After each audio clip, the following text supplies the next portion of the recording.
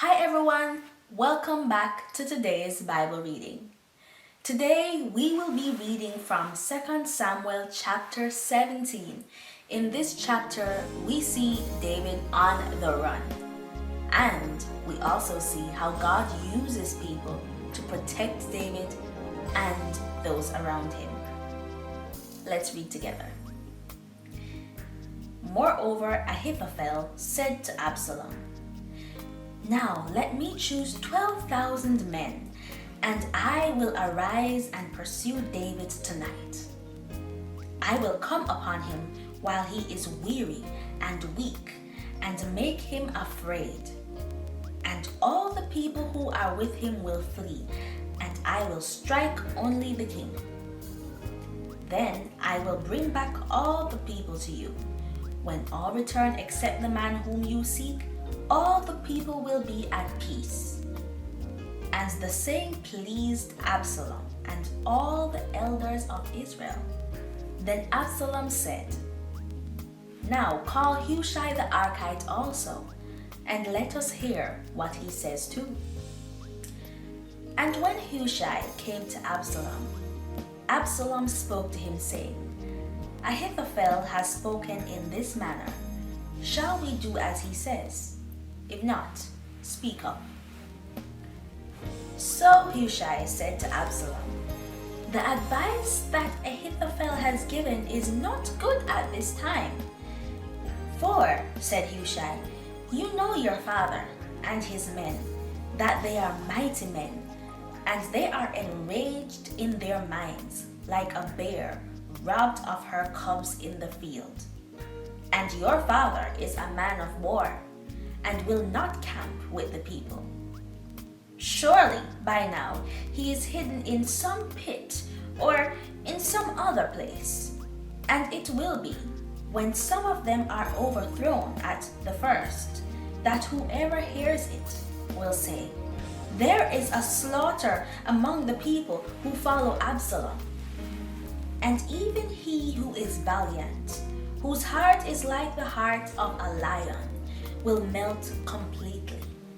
For all Israel knows that your father is a mighty man, and those who are with him are valiant men.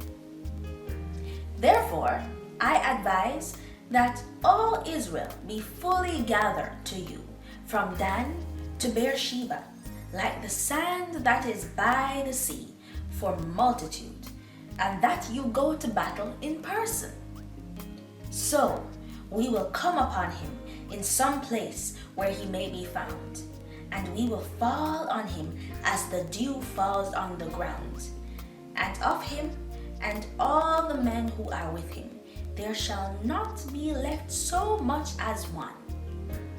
Moreover, if he has withdrawn into a city, then all Israel shall bring ropes to that city, and we will pull it into the river until there is not one small stone found there." So Absalom and all the men of Israel said, "The advice of Hushai the Archite is better than the advice of Ahithophel." For the Lord had purposed to defeat the good advice of Ahithophel, to the intent that the Lord might bring disaster on Absalom. Then Hushai said to Zadok and Abiathar the priests, "Thus and so Ahithophel advised Absalom and the elders of Israel, and thus and so I have advised. Now therefore, send quickly and tell David, saying, 'Do not spend this night in the plains of the wilderness, but speedily cross over, lest the king and all the people who are with him be swallowed up.'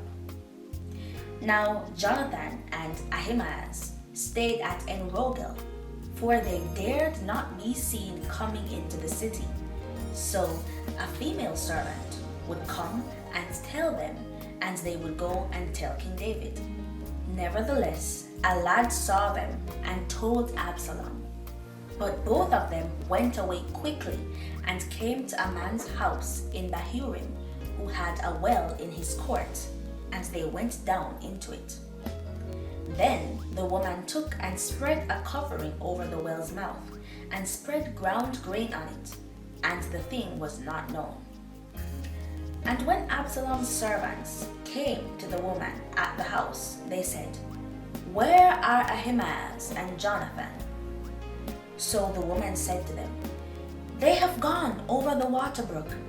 And when they had searched and could not find them, they returned to Jerusalem.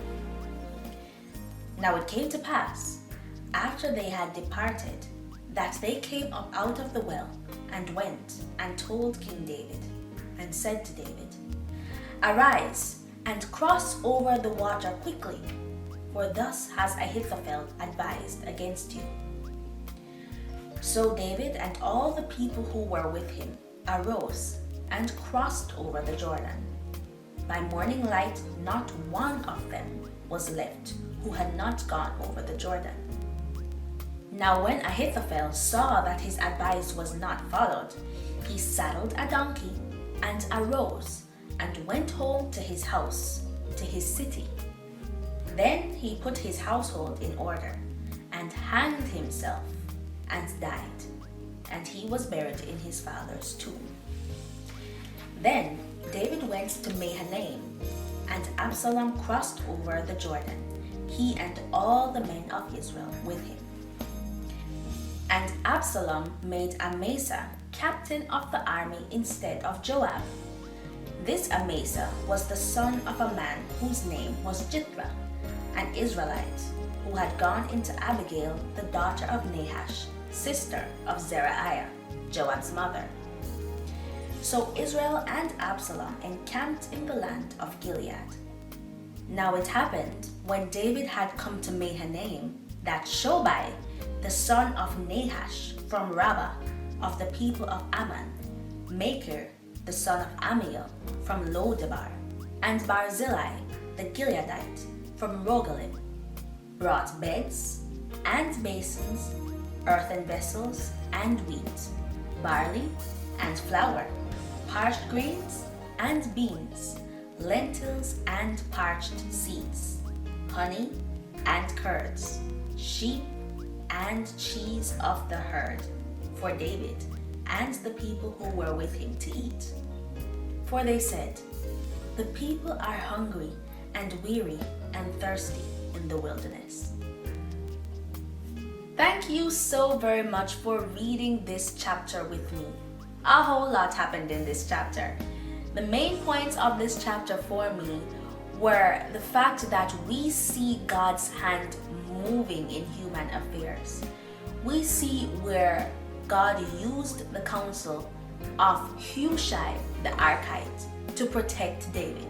We also see where the Lord provided for their physical needs, in that he impressed people so that they could feed them.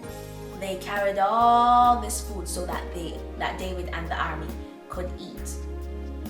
What situation are you in now that you feel is hopeless? God can provide for you. God will provide for you. He will take care of you. You just have to trust him.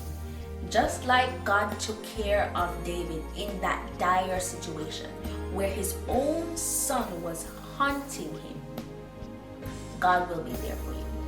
He will protect you, not only against your family who may turn against you, but other enemies in your life, other situations in your life. He is God, and he is willing and able to keep you. Thank you so very much for reading this chapter with me. I enjoyed it. I hope you did too, and I hope to see you next time.